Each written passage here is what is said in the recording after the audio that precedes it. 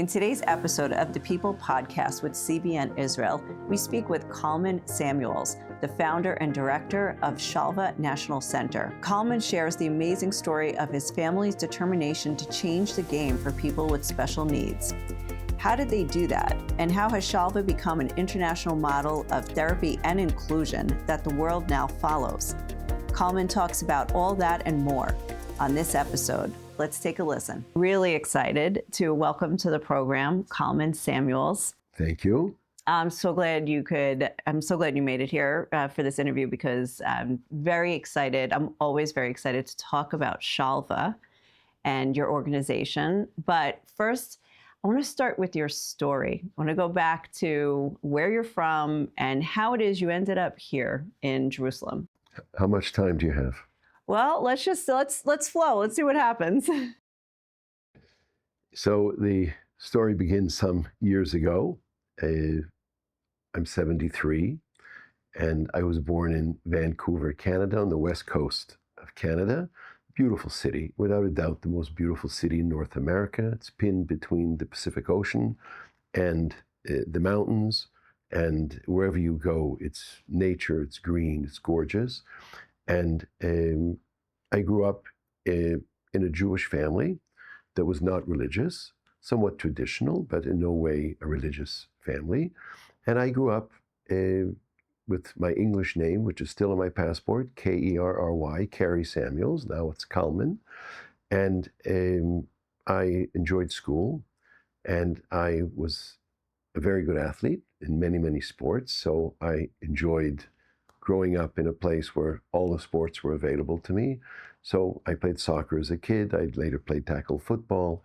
I played Little League baseball. I was the Canadian Little League All-Star catcher. Nice. And, later it became basketball in high school and tennis. And I was the captain of the largest high school in the city, our basketball team. And actually had scholarships to the local university for basketball when I graduated high school. And from high school, I went 1 year of university to the University of British Columbia, which was a very large university in the city, and began studying arts and philosophy towards being a professor of Western civilization. That was my goal: history, philosophy, etc.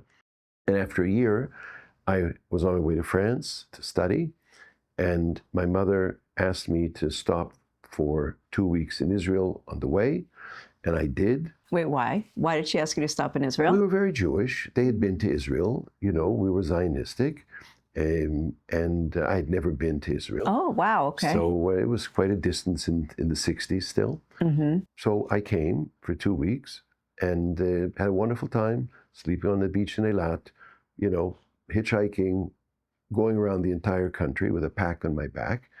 And things struck me, whether it be a kibbutz on the Lebanese-Syrian border, which was like an awareness call that, my goodness, people don't have the security and safety that we have in Vancouver, whether it be the beauty of the country in general, the beaches, etc.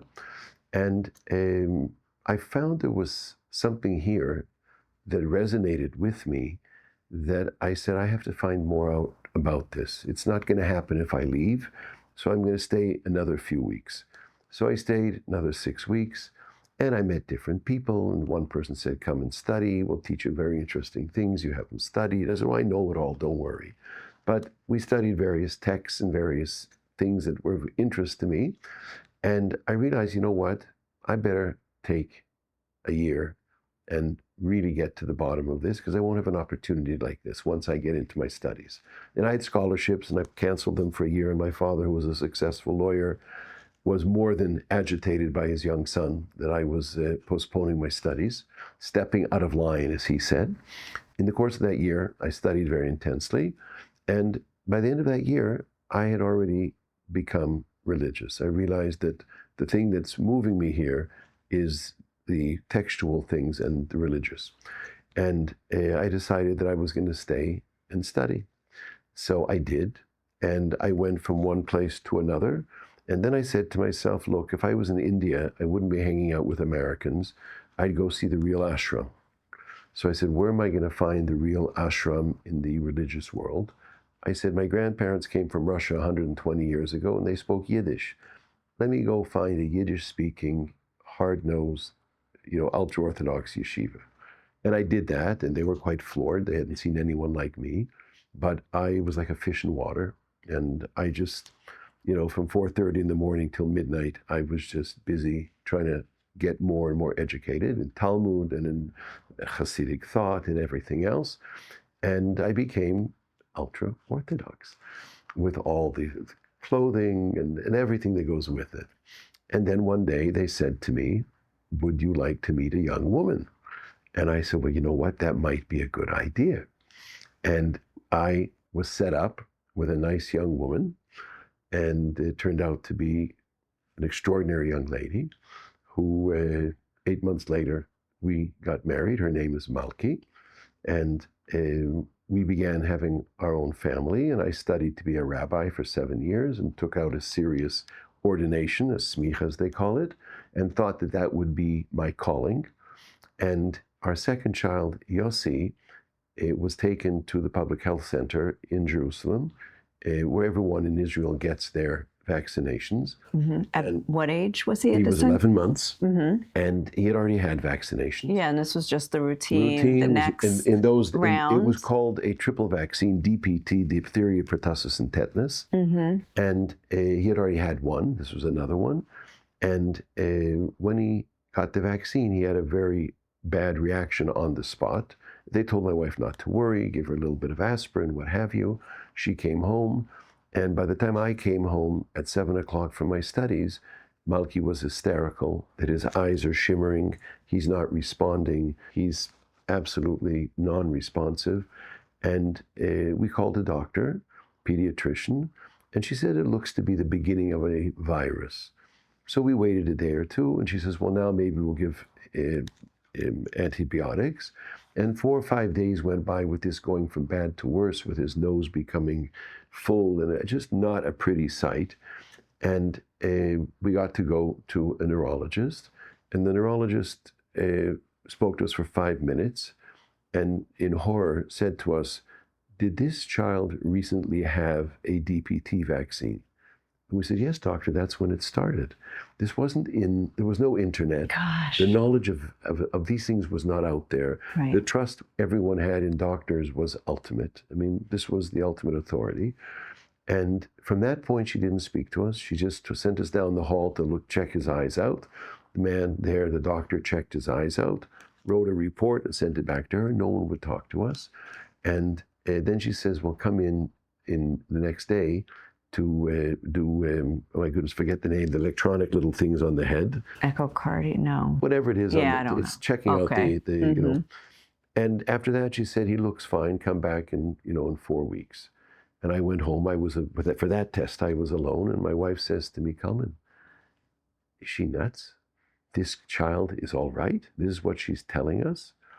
And bottom line is we couldn't get medical help. And so after about a year of struggling, my uncle was the head of orthopedics at a very big hospital in Brooklyn called Maimonides. And he said, come out to New York. I'll introduce you to some doctors who will, at least tell you whatever they think. There's nothing going on. Mm-hmm. And we did.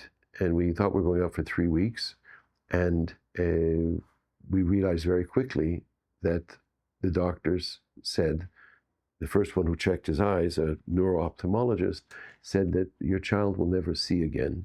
His optic nerve is damaged, it's paled, and I'm sorry to say, there's nothing to be done. And so we learned he's going to be blind. We didn't know he was going to be deaf yet, but as time went on, he became more and more deaf. By the time he was 2.5, he was stone deaf. And we had a child who was very rambunctious, very anxious to be into everything. Our family grew. We had several more children. And we began life in the United States, and we were there for 4.5 years. And someone suggested to me that I was good in math. I should try and go into something called computers. And I found a quick course in computers, got into it, found my way very quickly, and worked in that field for a number of years in the States. And with Yossi, we struggled immensely. There was no communication, couldn't hear, couldn't see, couldn't talk to him. And we were there for 4.5 years, and I did very well in my computer field, but we returned to Israel. We wanted to live in Israel. We didn't want to live our life in New York. And we enrolled Yossi in the deaf school here in Israel. And a very extraordinary teacher sat him down at a table, and he looked like a little scrawny 5-year-old. And she put one of his palms on the table, and in the other palm, she spelled symbols, 5 Hebrew letters, for the Hebrew word shulchan, which means table. And after days of this, he smiled, and she had the smarts to recognize that he had just connected between his left hand on the table and his right hand in which she was spelling these symbols. And she became absolutely overwhelmed and ran to our house, and in her deaf intonation started screaming, "He's got it, he's got it." I had no idea what she was talking about. But what she was saying is he's now got the breakthrough to communication. And she explained that now she will be able to teach him the other letters of the Hebrew ABC, and she will be able to teach him language. We looked at her honestly like she was crazy, but she did exactly that. And his life became very intense. This is the sign for what is this. This is a table, this is a book, this is a glass, this is a ceiling. And then it began to be not just nouns, but adjectives. And then it became abstract concepts that you can't feel, you can't see. And we saw that he grasped it all instantly. And this woman became what I would call Israel's Helen Keller's Annie Sullivan. Mm-hmm. She made that breakthrough, and she was very intense in how she taught and what she did. And then on the basis of her work, another speech therapist in the school and a young lady, me and my wife have grown to recognize that young people with their zest can often do more than someone who's been in the field 20 years. No offense, but they're looking to make a mark. And she said now she's going to teach him how to speak Hebrew. Now that was ludicrous, because how are you going to penetrate, doesn't hear, doesn't see, how are you going to tell the kid? And incredibly, she put her hands in his mouth, and he bit them initially, and then he learned not to bite and put them here. Oh my goodness. And when she wanted to teach him the shh sign, she lit a match in front of him, and he had fun blowing out a match. And she taught him how to speak Hebrew synthetically. All of a sudden, we had a child who we could talk to very quickly with letters, signing in letters in his hand, A, B, C, D, E, F, G, and he broke that down into words and into sentences quickly. And then he could talk back to us, and we were able to teach him anything. And he gobbled up information in an amazing, amazing way. And he indeed became known as the Helen Keller of Israel, Yossi Samuels. En route, while we were in New York, an ultra Orthodox woman came to my wife, and she was a former teacher of hers in Israel. And she said to her, Malki, she'd never been to the home before. She was in New York for her reasons. And she said that, Malki, I understand you have this and this problem. And you understand as well as I do that you cannot raise a family with a child like this inside the house, where he's into everything, and you certainly can't put a glass on the table with water, certainly not a hot cup of tea, a vase. I mean, he was into everything. He'd try to take things apart and everything else. And he couldn't even see what he was doing. No, couldn't see, and he couldn't hear. Absolutely. But he was going to do it anyway because he's a kid. He was a kid, and he would take vacuum cleaners apart. He would take the air conditioning apart. And I used to say, Malki, until when are you going to let him destroy the house?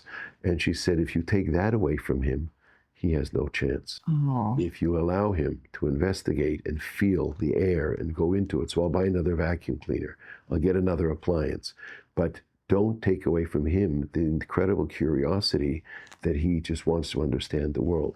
How right she was. So this woman in the store, she said to Malki that you cannot raise a family with this child in the house, and I suggest that you think seriously about finding a setting outside the home for this child so that you can raise your family.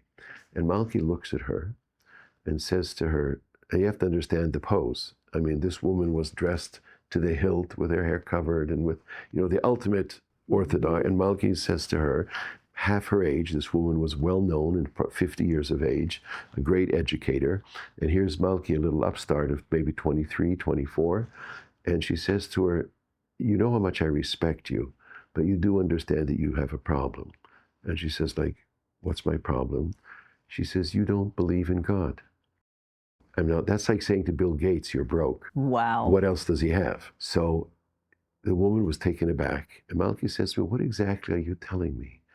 We believe that everything comes from heaven until what you're saying is something's inconvenient, at which time we sweep it under the carpet, we put it out of the house, and then we're back to where we were. And again, oh, everything's from heaven. Everything's wonderful. She says, I have news for you. This too is from heaven. God gave me my son, and I'm going to care for him till the day I die. Okay, this conversation ended. She went out, what have you. That night, Malki cried and said, God, I'm never taking Yossi out of the house. He's your gift to me. But if you ever decide to help my Yossi, I am going to dedicate my life to helping other mothers with their children with disabilities. And this repeated itself on several occasions. And I heard it and I knew it, etc. When Yossi had his breakthrough to speech, to communication and speech, Malki sat me down. We were back in Israel. After 5 years, we came back, and I was working in the computer field, and we had 6 children by this time, plus Yossi, so we had a lot on our plate. And she says to me, Kalman, it's payback time. I made a promise, God delivered, and I need your help. And I tried to tell her that I know nothing about these things, and I have no idea how to help you. And as women sometimes do, and I'm certainly not against it, she shed a few tears. And I said, I'll do everything I can to help you. And we did, knowing nothing about anything, except she had her vision of exactly what she wanted to do to help other families. She had no doubts about what she needed to do. But I realized quickly that without a bit of money, you can't rent an apartment. I didn't even know you had to create a nonprofit organization. And when someone told me this, I said, well, what do you mean? I just want to help people. He says, Kalman, I'm a lawyer. Come see me this evening. And we sat down and he explained what liability means, and you can't do things like that because people will sue you, and you must create a framework of an organization. So we gave it a name. We called it SHVA, which is a Hebrew word mentioned once in the entire biblical writings. In Psalm 122, verse 7, Yehi shalom bechelech, shalva ba'amonotayach, may there be peace in your walls, shalva, peace of mind in your palaces. And basically what we wanted to do is, knowing the chaos that a child with a disability brings initially to a family, not knowing how to handle it, where it's going, that we wanted to bring a sense of peace of mind with programs that would enable them to have that peace of mind. So I started writing letters to any name. Someone told me, write a letter to this fellow in New York, this person in Canada. They're philanthropists. Maybe they'll help you get started. And what do you know? Never got an answer, and I understand it today. My wife has a dream. That's nice, but I got big organizations to support. So it took years. And finally, a friend of my dad's in Vancouver said, you know what, Kalman, I'll give it a shot. And he gave us money to start, to rent an apartment and hire 2 staff and to start working and trying to help people. So Malki's first program was an after-school program, which she wanted to connect what the government gives in the mornings for special needs to people, that we will connect it till the evening, so that rather than a parent have to run home at 1, 2, or 3 in the afternoon, the parent can work full days. The other children can come home and do homework with mommy and daddy. And when Junior comes home after having a lot of fun in the afternoon and therapy and having a hot meal and being bussed home initially by Malki, the parents could sort of, not having to come and pick him up, they welcomed him happily at home. And the family's entire modus operandi changes. This program, we didn't realize how much it was going to change things, but we suddenly had people banging on our door. My son needs the program. My nephew needs the program. My neighbor's family's falling apart. They need the program. And little SHVA started with 5 children, and we thought that was overwhelming.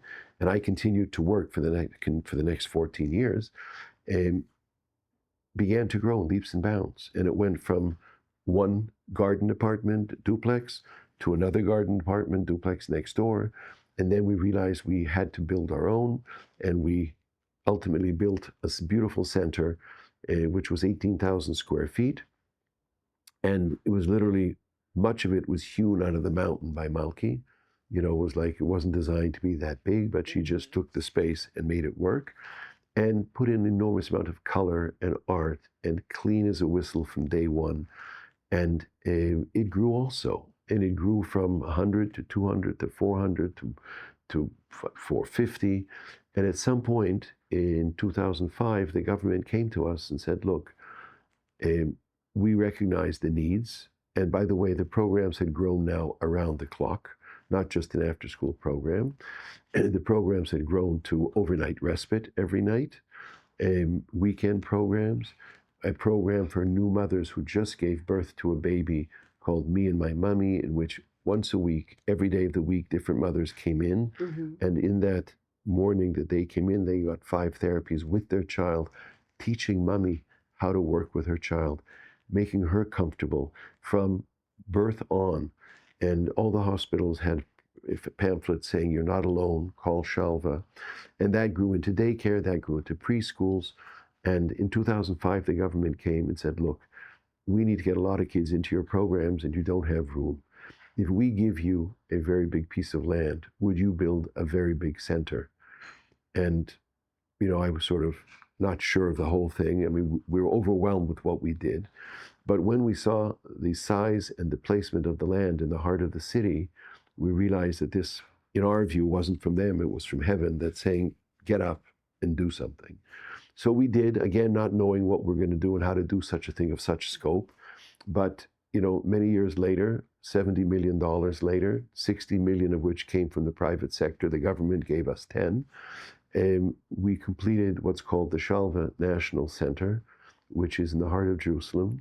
And it is 220,000 square feet on 12 floors, every floor more beautiful and inviting than the one before, with 1,000 people a day coming through our center, from the mothers, babies, after school. Today we have, for adults, all kinds of programs, programs of recreation, of work, of, you know, putting them to work in the community, training them.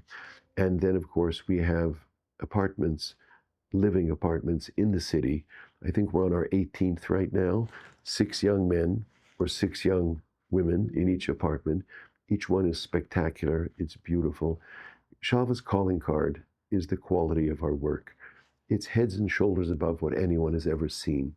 And people walk in and say, like, wow, I thought I was coming to a place for kids with disabilities. They walk in the front door and they see a 3-story atrium with magnificent art and color and immaculate.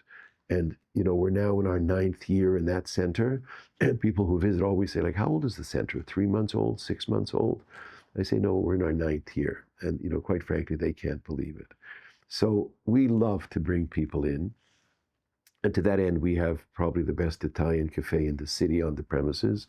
So some 85,000 people come to eat, and they walk in the front door, and they have to rub shoulders with kids of all kinds of disabilities. I mean, there isn't much of a disability name that you can say that we don't have or didn't have, whether it be autism, whether it be Down syndrome, whether it be Fragile X, whether it be anything. And they come in droves because the food is great, the ambience is great, and we sort of laugh to ourselves that as opposed to inclusion where you put a few children with disabilities into a classroom, here you're bringing 85,000 people into your building who are coming to eat, but they're being impacted every time they come, and they're friendly and they're happy with, you know, they see things. Yeah, I want to just like set the scene, because I think it's there's nothing like experiencing the traffic traffic hour, let's say, or the rush hour at SHVA. So you get there in the afternoon, like between, let's say, 2 to 4 o'clock. And the kids from the daycare are getting on, or from the kindergartens are getting on buses to go home. The kids from the schools from 1st through 12th grade are arriving on their buses. So they're all crossing paths. Now, you always had like a tour group or somebody or visiting. You actually have not just the cafe, but you rent out the auditorium. You've got basketball, even coaches that rent the basketball court to teach their kids. So their kids are coming from schools all over. So if you show up, I always used to call it rush hour. If you show up at like around 3 o'clock, there will be like the 1,000 people you mentioned, like just swarming through the lobby, in and out, car seats for the babies going home, lining the whole traffic circle you have there where people are coming in to pick up their kids, where the buses are coming. And I love how you called it reverse inclusion.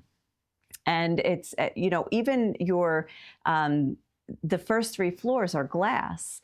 So people can see in and people can see out. And so there's no barrier between the world of the special needs and the neurotypical population.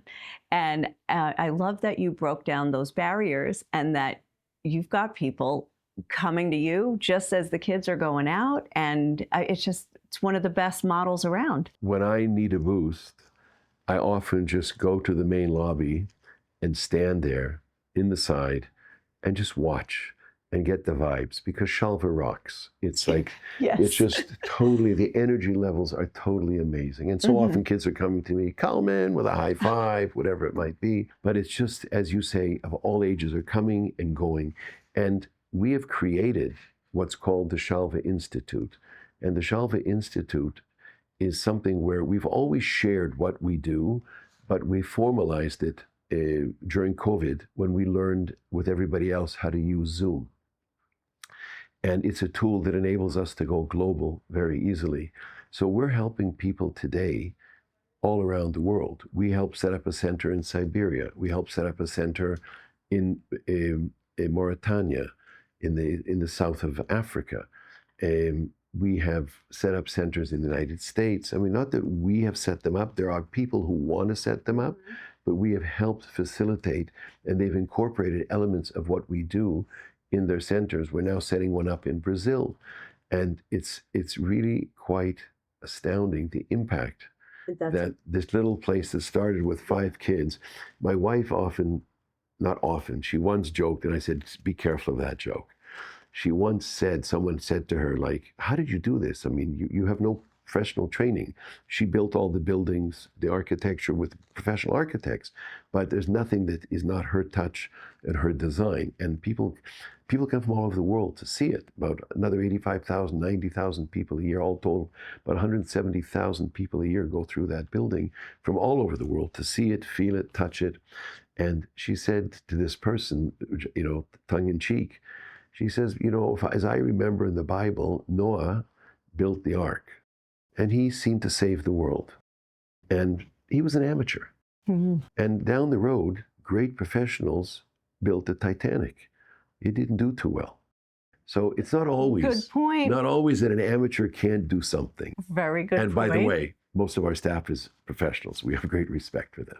Yeah, but you also have great volunteers. Tremendous. We have an army. Yeah. It's a drug. When people come to volunteer once, young kids, 16, 17 years of age, something happens to them by and large, and they want to come back.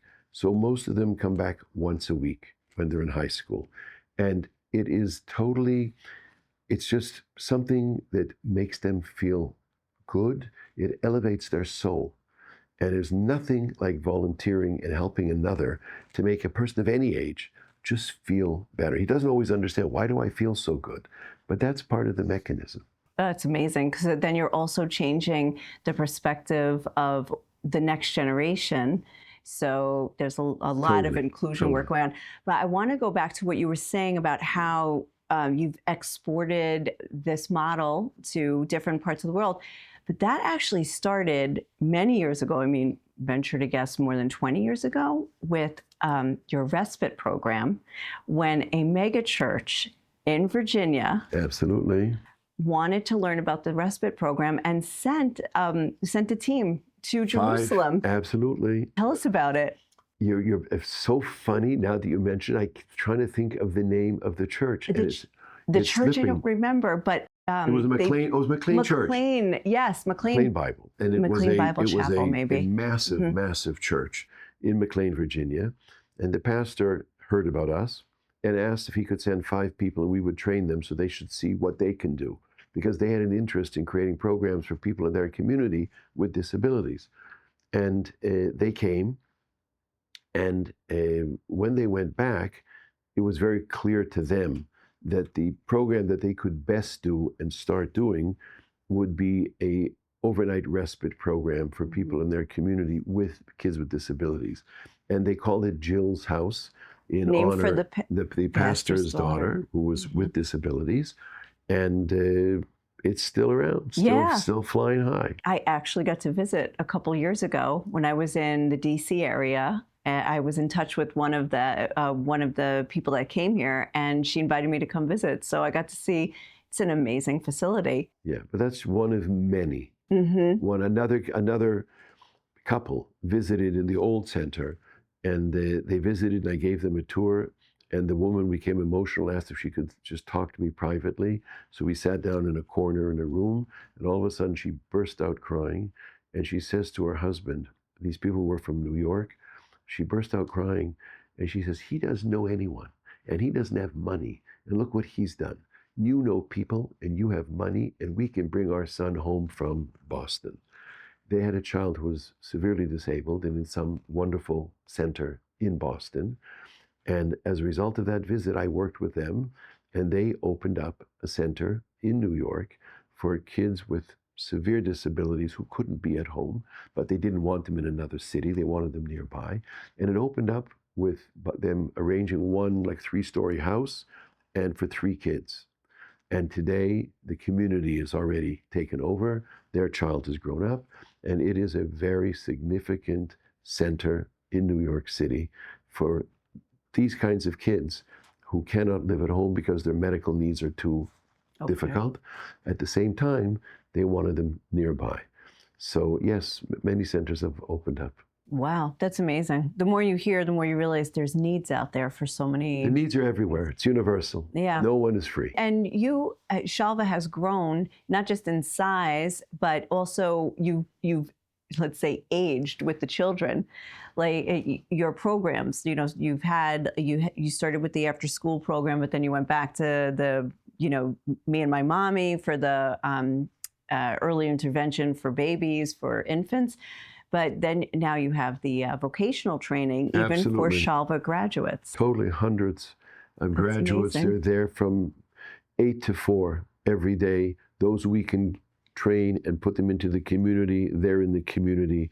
But as opposed to, let's say, a protective workspace that might be elsewhere, we have the facilities with a semi-Olympic pool, with a full-size gym, with therapy pools, with playgrounds, huge playground areas, where these kids can take a break, go down to the gym, and play ball. And all of our kids are be in the pool, so they have a very wonderful, wonderful environment. And this includes those youngsters who are in the apartments. Many of them spend their day working, and they create beautiful artistic things.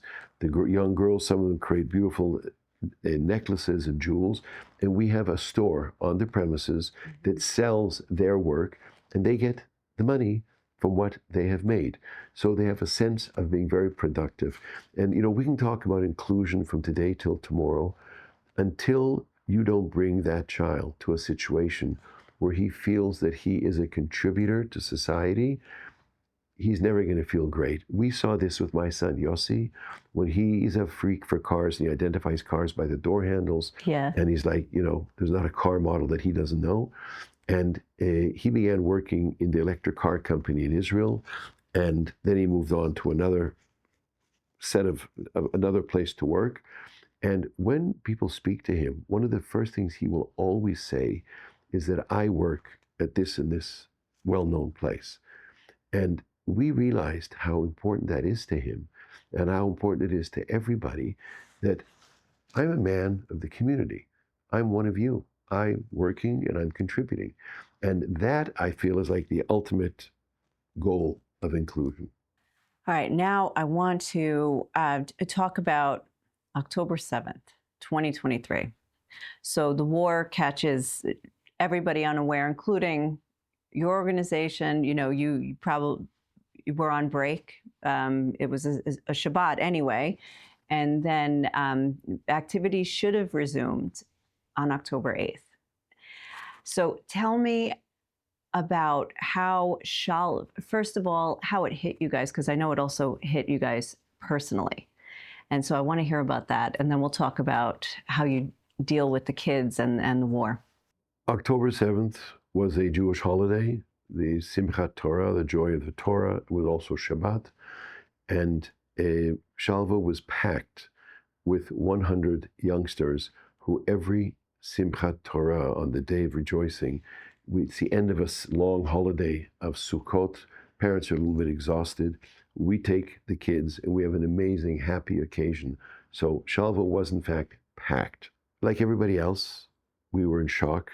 We were working very hard to make sure the kids got home safely. And given that it was Jerusalem, it was not hit directly by missiles. I mean, thousands of missiles were thrown at the country. But because Jerusalem has very large Arab populations, they were careful not to take a chance on destroying their own populations. And we got the kids home. And the next day, we got a phone call from the Army and the Ministry of Social Welfare that they have a girls' facility on the border of Gaza, that the girls weren't there, luckily, but their facility was damaged badly. And each of these girls is from 12 to 18 were girls who'd been abused by their own families. Social services had taken them out and they were living in this facility down there. And it was a nice place, I understand. And they asked us, we need to move in 90 girls and their staff to one place. Would you take them in?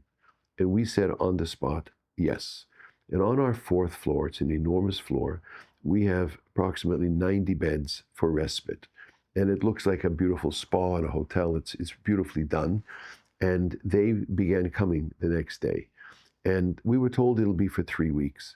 They came during that week with their staff, and they were, kings of the center. They had the whole run of the center for whatever they needed, helping them in all ways. And it didn't go for 3 weeks. It went for 5 months. And, as we talk, the war is still going on. I mean, it's not something that has ended or is going to end anytime soon, tragically. And then we got a phone call from the mayor of Jerusalem, Moshe Leon. And he said, look, we have now thousands of people who have been evacuated. They might feel excavated, evacuated from the borders, and they're now in hotels in Jerusalem. Many of them have children with disabilities. Yep. They're going crazy in the hotel. Would you create a program 5 hours a day where the mother and the child with disability can come and be busy? We said yes, and that went on also for most of half a year.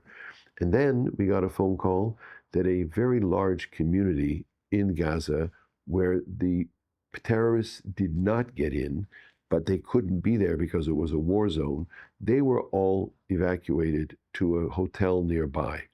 And they were going crazy in the hotel because there was 700 of them, and there was no room for them to do anything. So they asked if they could use our pools for the kids and the parents. We said, sure. The gym, sure. The other facilities, sure. Could we set up an elementary school in your center? We said yes. So we had enormous numbers of evacuees at SHVA. We got rolling very quickly, and our 1,000 kids a day came back within a week. So now we have all our regulars, and we have enormous number of additionals. And we made it work, and it worked beautifully. It's not something you want to do long term, but 5 months was, more than enough. And we were part and are part of that war effort. Till this day, we have people who are evacuated and we're waiting. I mean, the North has not played out the way it's long evacuated. In other words, the war's been going on for a year. Over a war. So we didn't receive 1,000 people at one shot, but we have at all times people, at the center, and we have the capacity to host them. Our parking lots are all designed by the Army to be able to accept up to 1,000 people in 24 hours. So it hasn't happened as yet. We hope it won't happen. Okay. But our programs went on as usual with all the challenges. And don't forget, the staff that we have, many of their husbands are busy fighting. They're not at home. So these mothers have 3, 4, 5 children. The father's in Gaza, maybe he's in Lebanon, and he's fighting for long battles, trying to save this country. And the mothers are also the mother, also the providers, and also busy at work as therapists or whatever else they're doing. So these are, like, in my eyes, the real heroes. You also had a kidnapped family member of one of your workers. Years ago. No. Oh, also years ago. Yes. Oh my goodness. Relived this. Yoav Engel. Oh my gosh. Ophir. I forgive me, there's so much going on. There's so much going on. Yes. And it was, thank God, almost a year ago that he was, Yoav spoiler Engel, alert, he was Engel, released. Yoav Engel's son has a girlfriend who was in one of the communities in Gaza, and the terrorists came in and killed many, murdered, raped many of the people there. And his son, who was 17, and the girl's father were taken, and somehow the girl and her mother managed to hide and escape. And so we lived. Now, Yoav, who we're referring to, is the director of all our sports programs, and that's huge sports. We're talking about judo, basketball, soccer, all kinds of sports, all kinds of activities with the community alone, in the 2 pools, etc. And his beautiful son, Ophir, was in captivity. So we lived through this time with Yoav, and I believe it was 55 or 57 days in. A number of them, I don't remember the exact number, but maybe 30 or 40 of them were released. And he was released on the last group round. and the last night. There was like 6 or 7 nights. And you never knew if he was coming or not coming. And thank God he's out. And we didn't realize that no one else is going to be released. It's now been over a year. Who could ever have dreamed that we have 101 captives in the worst conditions in the world, being mistreated in the worst possible ways, in underground tunnels, wherever they are. Those who have been released have told horror stories, and we're not dealing with people as we know it. We're dealing with terrorists and animals. Yeah. And we really thought it was going to go on, but he happened to be, we didn't know at the time it was going to be the last, but he was released in the last, round at the time. Absolutely. Yeah, I can imagine, I know that at SHVA you had a huge poster of him on the wall there, and I can imagine the kids coming every day. I mean, I know that they were praying, and there was, the kids were also very involved. Very involved. Not only involved, we have a program that we created in our arts program. We have an arts program for years. Of course, we have a music program that became very famous with the SHVA band, going to Eurovisions and appearing in front of 200 million people. I mean, that was a program that, just to see them sing the song "A Million Dreams" at Eurovision, it's all over the place. It's amazing. It's amazing. But we have other programs. We'll link to that, because that song is chilling. It's amazing. It is. Yeah. The whole story is amazing. But that we'll do a whole other episode on Eurovision, because the first thing we'd have to do is we'd have to define Eurovision for anybody coming from, did you ever hear of it before you got to Israel? I never heard of it. I always joke, Eurovision for an American is like the Super Bowl for a European. Yeah. You talk to the Super Bowl's better known, but for many, like, what's a Super Bowl? Right, exactly. And Eurovision, 200 million people all over Europe. But Americans are not. Yeah, I had never heard of it till I got here. But the fact that Shalva was in it, that is like amazing. Yes. But I also wanted to ask you, I know that in... But I just wanted to mention about the art, that the art program discovered that children in the art program were expressing their feelings, although many of them were not able to express it in words, were expressing their feelings in art with images that directly related to the war. Some very dark, some with a little sun in the end. And they took that and ran with it and began to help them and facilitate them expressing themselves. Out of that came an incredible art exhibit that has traveled all over the world and continues to travel. It's been in the Far East, it's been all over Europe, it's been in the United States, and it continues to travel, where there's 21 pieces of these kids young people have created, and it's explained, and one realizes very quickly that although they can't express it orally, they've done a masterful job, as art can do, in sharing the deepest of feelings. You know, now that you mention it, I saw it. I went to the opening night that they had at the museum. Yeah, it was really chilling, because I remember one of the artists is a young man. He doesn't really speak, but his art spoke volumes. So that was really amazing expression of what he was going through. But I also wanted to ask you, I know in Jerusalem we're less affected by rockets and sirens, but you do have that. And you said, you know, you've got about 1,000 kids a day in different programs.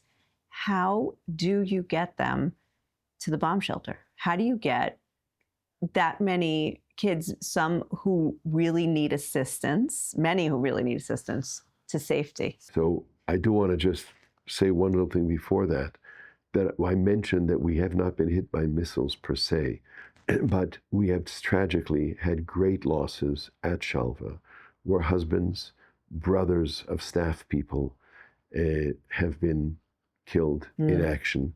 And often the caregiver for a particular child was killed in the family, and we became the caregiver for a great deal of time. Wow. But the war has impacted no one is free of impact in Israel. To your question, we have on every floor, we have 12 floors, we have 2 bomb shelters. We also have an enormous amount of space underground with the parking lots and with the gym, which is underground. And these are all safe areas. So they can very quickly move children into the bomb shelters on each floor. And alternatively, they can move them down quickly into the gym or into other areas on the lower floors that are completely protected.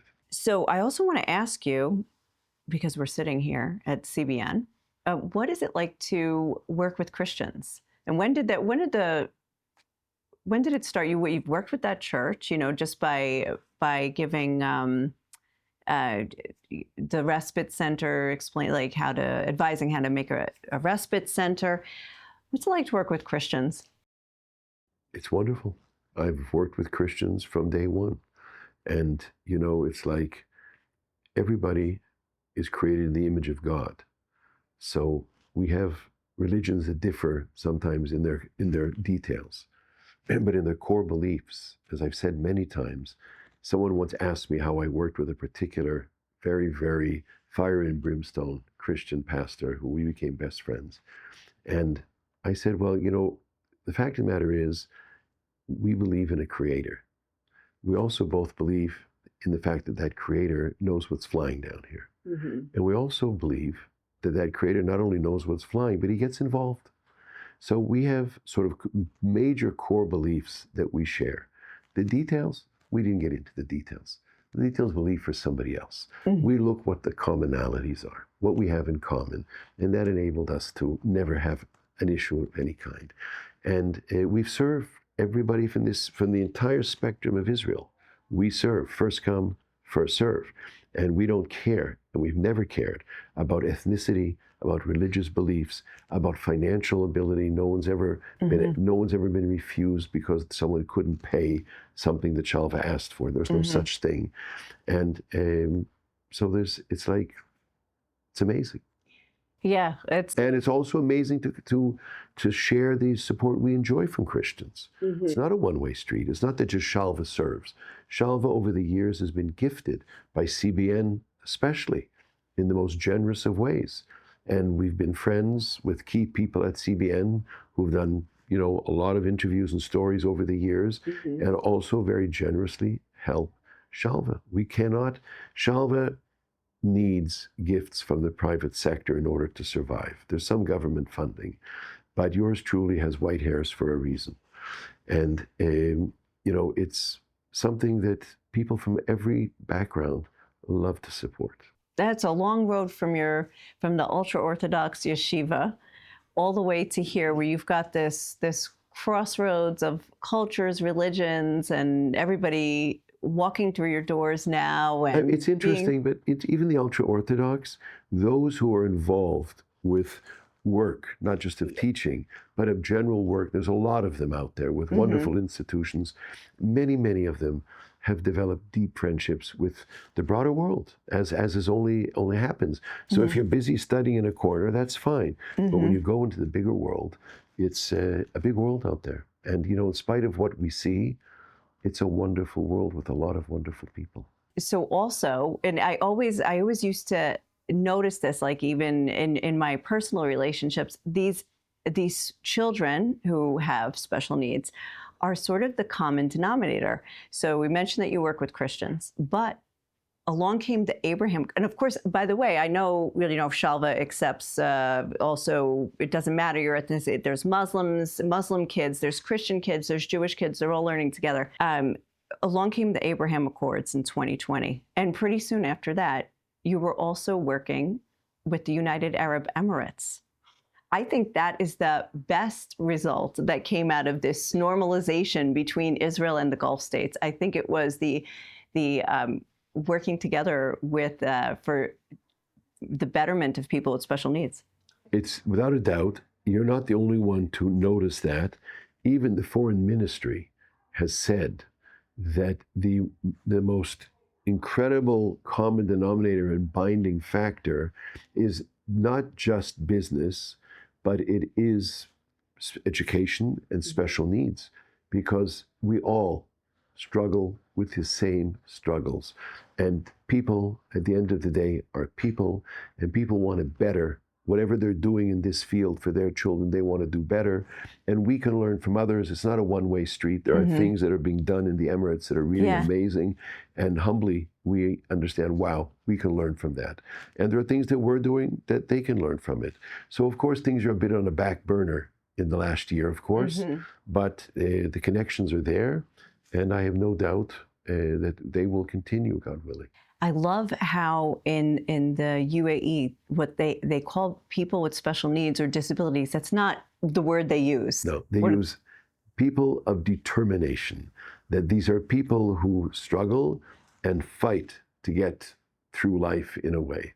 So it's semantics are very important, and there's many things that we used to say, words that we used to use that are considered non-existent today. And they've created a new word, which hasn't caught on in the greater world yet, but certainly in their parts, they feel comfortable calling it that way, and it's wonderful. Awesome. All right. Well, I could actually talk forever, but I just want to mention your book, Dreams Never Dreamed, and it's a lot of what you shared today. A mother's promise that transformed her son's breakthrough into a beacon of hope. I think that it, just to get to the details of your story and of what you built, you really, you and Malki are a living example of the scripture that he who was faithful in the small things, that God will make him ruler over much. Wow. Yeah.